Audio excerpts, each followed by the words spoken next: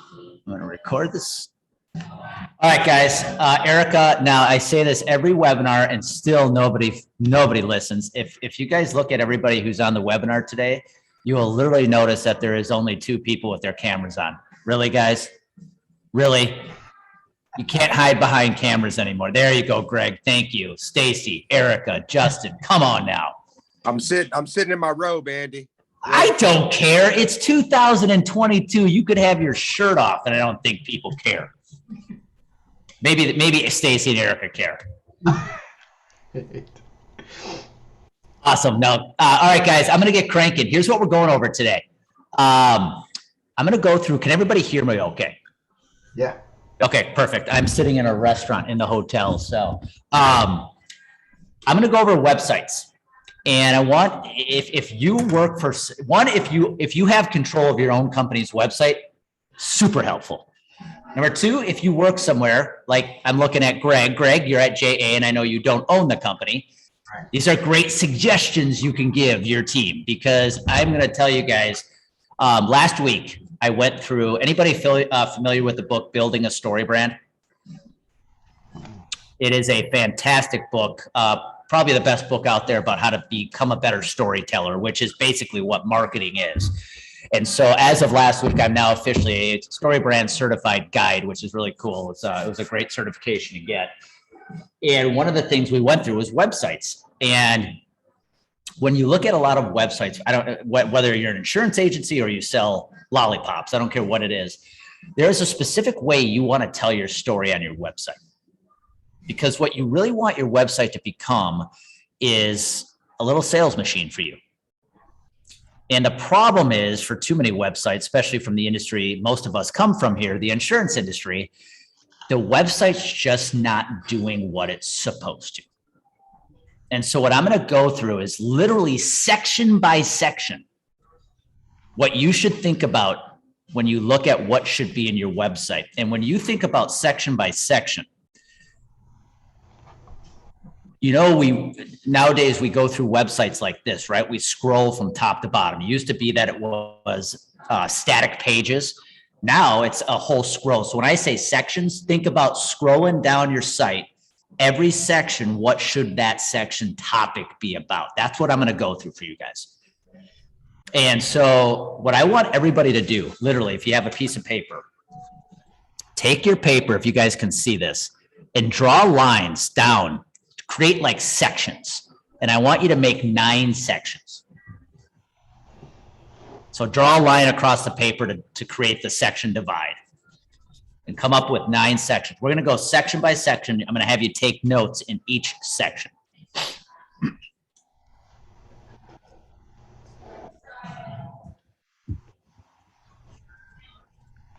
So let me start with some of the challenges I see or mistakes I see with websites today.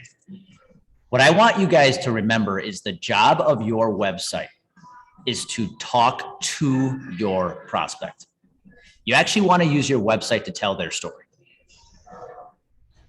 The first mistake is too many are actually using the website to talk about themselves.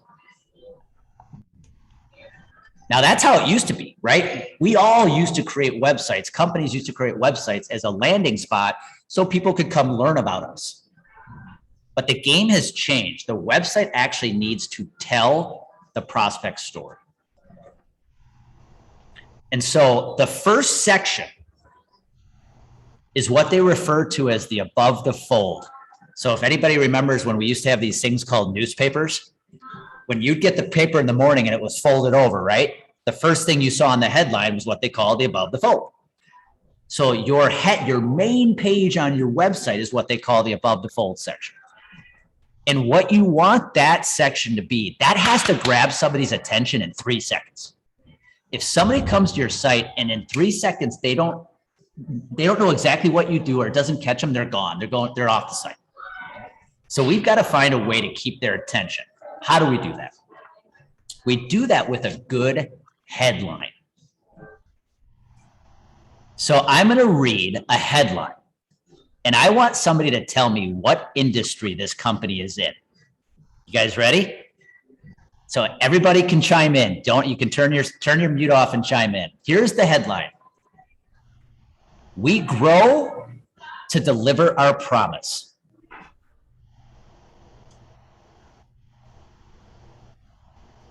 Anybody want to guess what industry that is?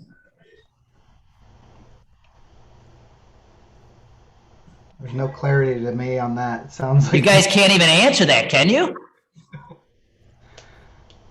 Is it a pot shop? Is it, JJ, you said men's health, cannabis industry? That's actually an insurance company in Colorado. Do you see where the problem? I don't even know what you are. I came to your website and the headline says we grow to deliver our promise. I don't know who you are. I'm gone.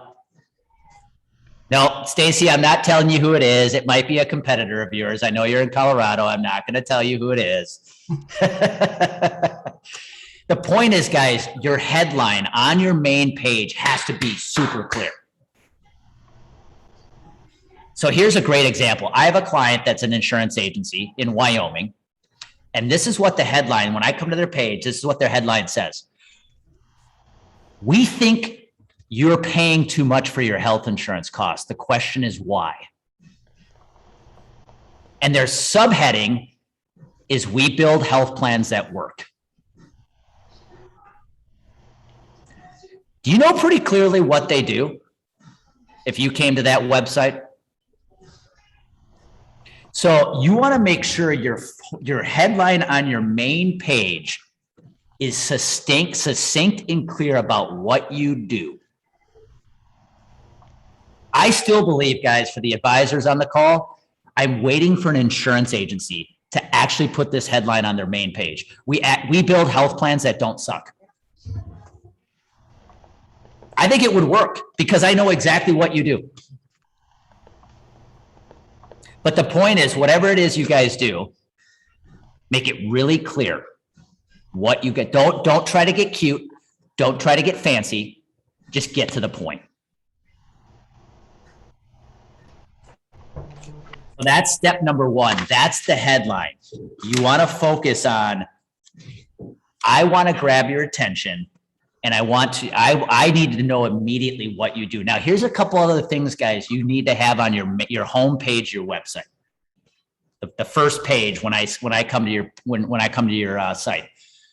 People read websites in a Z pattern. So they start in the upper left corner. They scroll across the top. They come down a diagonal and then they scroll across the bottom. Couple things you want to make sure that are positioned correctly. Number one, company logo, upper left.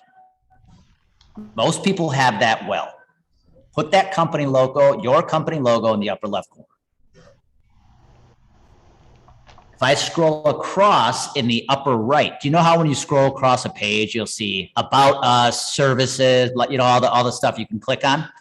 Well, you get all the way to the right, you need to have a very obvious call to action button. Schedule a call, contact us, make it look different than the about us and all that. Make it obvious. Here's the interesting thing. Statistically, the best call to action button that drives the most engagement is schedule an appointment. For whatever reason, statistically, that has proven to be the most profitable call to action button. Not call us, not schedule a call, schedule an appointment. What you don't want to have as a call to action button is something like this: learn more. That's a really passive nudge call to action. Just get to the point with the button, schedule an appointment. Now, in the middle of your page, where that headline is, where you're telling me what you do very clearly, right underneath that, put the same call to action button, schedule an appointment.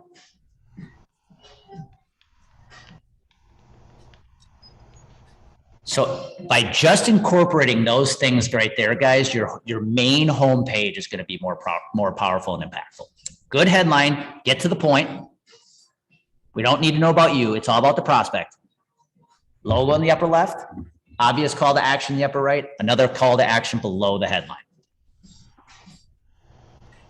Now, people ask, what should go in the background of a homepage? Do we use pictures? Sometimes you see video. There's really no right or wrong answer there, guys. The one thing you don't want to have you ever seen websites where people have like the words scrolling across? So sometimes you'll see like things change as you're reading. I don't know if anybody's seen that with sites. That actually confuses people. So if you want to have video in the back where the video's actually moving, that's okay. Just make sure the words are not moving. Okay. Keep the words static. Now, that's section 1. So if you fill that in your first section that I had you draw out, section 2. So as we start scrolling now, section 2 is what we refer to the stakes. Meaning, in that second section, I want you to tell me what's at stake if I don't hire you guys. What's the problems I'm dealing with right now as a company or as an individual, whoever your target is, that if I do not hire you, I'm going to continue dealing with? You got to tell me what I could lose by not hiring you. Remember, more people buy based off of fear, the fear of losing versus the success of gain. More people will buy that way. So that second section instills some stakes at, okay, what do we lose if you don't hire Rose Street Advisors, Erica? What's at stake? A great way to do this, guys, is you can ask questions in this section. That's one way to pose the stakes, is you could ask questions. What would life look like if you continued dealing with this, if you continued struggling with this? Are you frustrated? Your health insurance costs keep going up year after year. Lay out the stakes for them. That's a great way to set that up. And again, guys, one of the most important things you can do with a website is do not try to be cute with your language. You literally want a caveman to be able to come to your site and know what you're doing, know what you're saying. Too many companies spend too much time trying to be cute. The second you confuse somebody with your cuteness, you lose them. So we don't want to be cute. So the second section is the stakes. We want to let them know what is at stake if they don't hire us. Now, Erica, I'm looking at you. You've been through a workshop. The best way to lay out the stakes is just lay out the problems your prospect's currently dealing with. That's it. Think about the problems your prospect currently deals with. And that's what the stakes section is. You're just going to lay out the current problems because they want to avoid those. Section 3. Now we're going to get into what is known as the value proposition.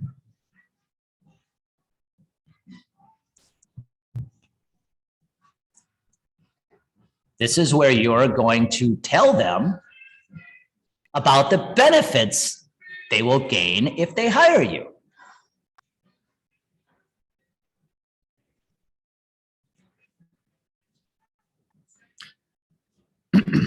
So if you sat down and said, okay, what problems does my prospects deal with today?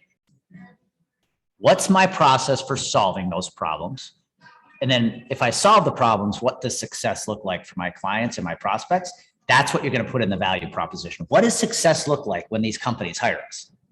Think of these can be the imagine if statements. Imagine if you could do this. Imagine if your health insurance costs were under control. Imagine if you had a health plan and your employees loved, whatever that is. That's where you lay that out in the value proposition. Tell me how I'm going to succeed with you. Paint me this destination that I want to get to. And by the way, I forgot to mention with each of these sections, having a good title to each section, a bold, big title to each section is a good way to do that too.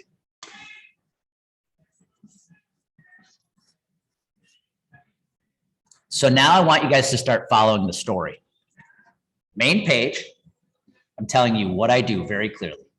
What success could look like. You know, here's the results we create for our clients. Boom.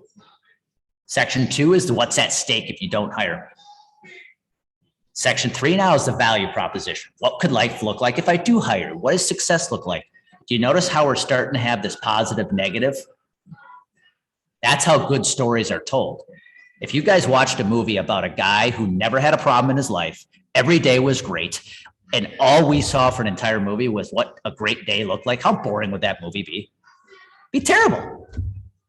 We want negative. We want the challenges. We want the problems because that's when the story gets good.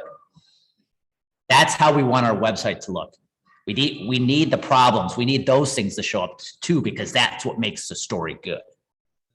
So now we've got the headline, the stakes, the value proposition. Section 4 is where your company comes in. You're the guide, right? You're the guide that's going to make your prospects look like a hero. So section 4 is where you get to talk about yourself a little bit here. And you want to do two things, guys. In the guide section, you want to show empathy. So if, again, you're a health insurance agency that deals with clients who are watching their health insurance costs go up, empathy is we understand it's frustrating when you have to deal with rising health insurance costs every year. You can feel like you're helpless. You feel like you can't do anything about it. We get it. But the second thing you want to show in this section is authority. Now tell us why you're the credible source to solve it. Have you helped hundreds of companies do this? Are you listed as one of the top 10 firms in your market? Whatever credibility backs up that you guys know what the heck you're doing. This is where you're going to put this in the section. So you're going to show empathy that, hey, we understand your problem. We feel your pain. But now I'm going to also tell you why in a couple bullet points, why we're the credible source to fix it.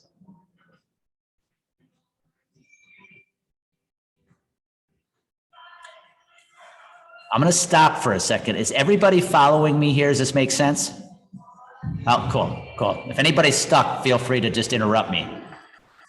So now you've got headline, what's at stake, the value proposition.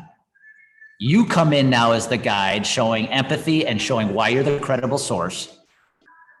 Now the next section is where you're going to reveal your plan. Okay?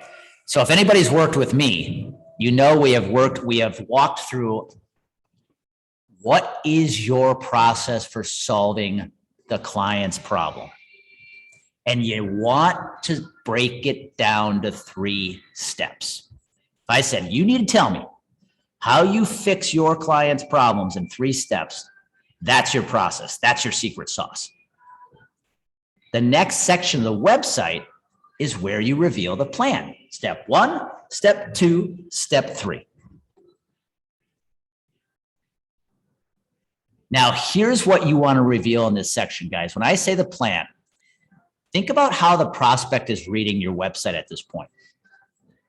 Okay, I know exactly what you do. I'd like to learn how you do that. That's interesting. How do you do that? Scroll down. Okay. What's at stake if I don't hire? If I keep letting my problems persist, what's at stake? Okay, cool. But now I'm seeing what you could do for me. What does my destination look like? Now I'm seeing that you might be the credible source because you've helped hundreds of other companies do this. How do I do it now, guys? How do I get there? This is where you lay out the plan. So it might look like this. Step 1, schedule a discovery call. Step 2, we're going to sit down and analyze what you currently have. I'm riffing this right now. Step 3, we build a custom. You'll have a customized plan fit for your company. Very high level, very simple. But the point is, you need to tell me what are the 3 steps I need to take to actually get what you're telling me I can get. and keep it simple. Step 1, schedule call. Step 2, financial analysis. Step 3, customized plan. Something like that. Just make it really simple. Oh, I got to take these 3 steps to get it. I got it. Okay. That's what goes in the next section.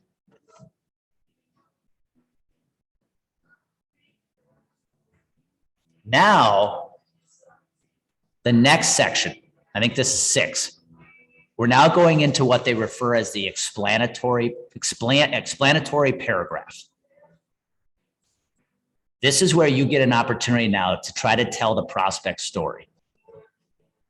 Where you're going to say, listen, as a company right now, you're trying to control your health insurance cost, but it's very hard. It can make you feel helpless. We now, as you can see, have a process we call XYZ that's going to help you not only have this success, but you're going to have this success and you're going to have this success. You're basically just sharing the prospect story in this explanatory paragraph. So if I were to say, for this section, guys, the challenge is I want you to think about your ideal prospects, the problems they deal with, how does your process solve it, and what does success look like? You're just going to type that out in a paragraph. We often call this, and StoryBrand calls it a one-liner. Tell me the problem you solve, the process you use to solve it, and the result that process creates as quickly as you can. That's what that paragraph is.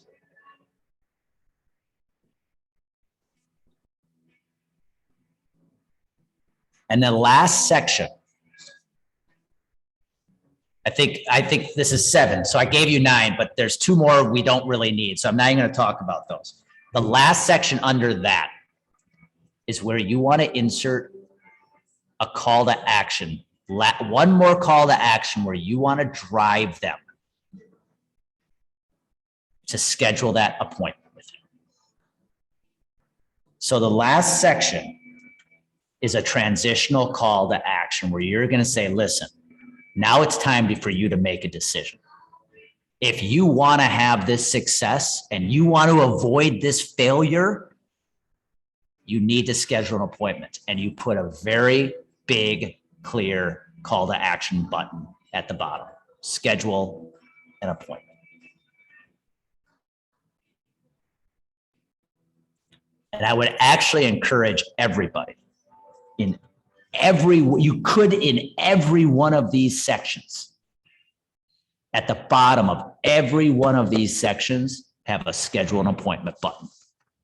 You want that call to action button to repeat over and over and over, because you don't know what section is going to catch their attention. What section is going to actually make them go, huh, yeah. And if that call the button action button is sitting right there, all they got to do is click. So if you think about this now, you've now got a home page above the fold, good headline. We build health, we think health insurance is too expensive. The question is why? We build health plans that work, right? You got your company's logo in the upper left, call to action button in the upper right, and then another big call to action button below the headline. Go to the next section. You're going to have the what's at stake. If you don't hire us, your problems are going to keep persisting, and here's your problems. Call to action button. Next section, value proposition. Okay, imagine now if you could have this success, and this success. You want that? Call to action button. Then you come in with the guide. We understand this is a problem. It can be frustrating, but we are the guides. We're the credible guides to fix it for you. Here's why we're credible. Call to action button. Then you go into the 3 steps. How do I get it? What do I have to do to get it? Call to action button. Go into the explanatory paragraph, which is you just laying out the prospect story. It's your one-liner. What problem do you solve? What's your process for solving it? And how does that process create success? Call to action button. And then that last, all right. Now it's time to make a decision. Are you going to continue having failure? Continue failing, or are you going to take the steps you need to have success? And that step's really easy. call to action button. If you guys build a site like that from top to bottom, I promise you, number one, it will lead to people actually scheduling appointments. But number two, if somebody comes to your website after they've met you, which is what they do, and that story aligns with what they just heard come out of your mouth, whew, that's gold. I heard somebody start to ask a question. Andy, Yeah. what do you see the most effective call to action? Is it just like a form with name, phone number, email address, or? Yep. follow-up? Yep. Often what people will have on a site, Greg, is when you hit the call that schedule an appointment, it just goes to a landing page where it's put your name, phone number, all the stuff you need to put. If you wanted to, you could, if somebody owns their own agency, so they don't have a ton of producers, you could put like a Calendly link in there where somebody could literally put themselves on your calendar. But for an agency where you have multiple producers, I would just send them to a landing page, first name, last name, email address. Would love to know. And then they're saying, I want to learn more. I want to schedule an appointment. Yep. What other questions, guys?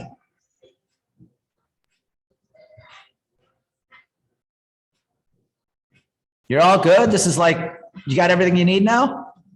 All right. Let me ask you this. Did that help with a thumbs up or a thumbs down, or did it just cause more confusion?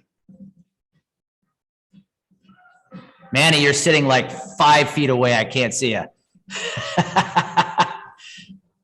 Stacy said, I really needed this talk today. I'm in the process of rebuilding my site. What WordPress template is best? My template is outdated.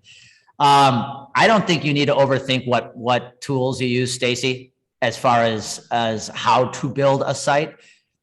Just follow the guidelines here of the messaging and your site will be effective. And by the way, guys, people ask, what pictures should we put in? Like, what kind of photos should we use? Just use photos, the best photos you could use, because everybody here sells a product, right? That has an end user. Great stock photos to use for a website, or just show happy people, like show people having success. The pictures that don't work well, I've gone on to insurance agency websites that are based in like the upper Midwest, and their homepage will have a picture of like the ocean. I'm like, not sure what that has to do with being an agency in Wisconsin. So just make sure the pictures are relevant, but also show pictures of people who are, like I said, having success, high-fiving, whatever it is. You could even show pictures of your team, but just make the pictures relevant and show happy people. And that will just continue driving home the message.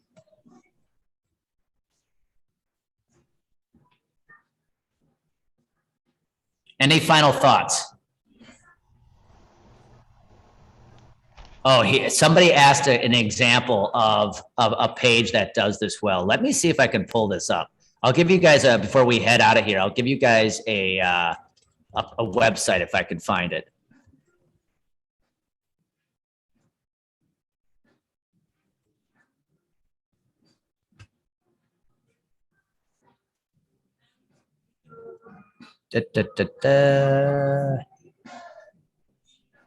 Shoot, that's not the one I want.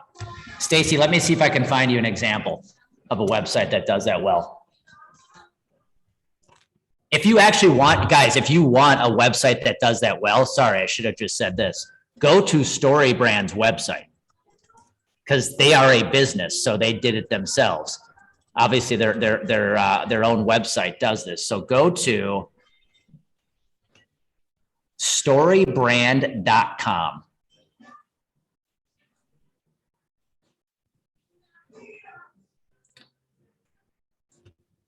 And you'll see a pretty good flow of how that works. Last question, guys, or last thing I'll say, and then I'll let you guys go. If you guys want the recording, I'm gonna put it out to my email community. If everybody on my email list, I'm gonna put it out in the email tomorrow. So I'll put the recording in there. So if you want to re-listen as I went through each section. Also want to just make an announcement, as I always do on these workshops. If anybody's interested, my next Broker Branding Academy starts May 4th. So I bring in advisors, industry partners to build out this message we talked about, what problem you solve, who's your ideal prospect, what all the brand identity, all that. It's for individual advisors, individual sales reps of industry partners. If you want to know more information, I'm just going to do this. My email address, I'm putting in the chat box right now. I just threw it out there. Oh, dang it. It went to Greg. Hold on one second. Andy at Major. If you want to learn more about the Academy, guys, it's right there. Email me.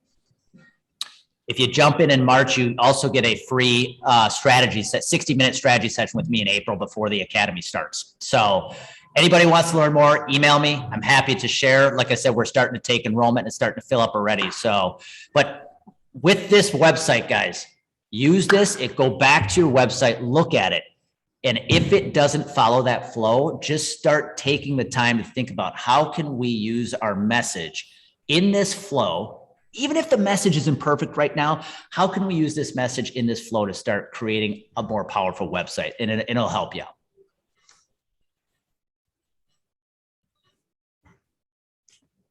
Awesome, guys. That's all I got. Again, if you have any questions, feel free to email me. My email's in the chat box. Other than that, guys, kick ass today and have a good rest of the week. Thanks, Andy. Awesome, guys. Have a good one. You too. See ya.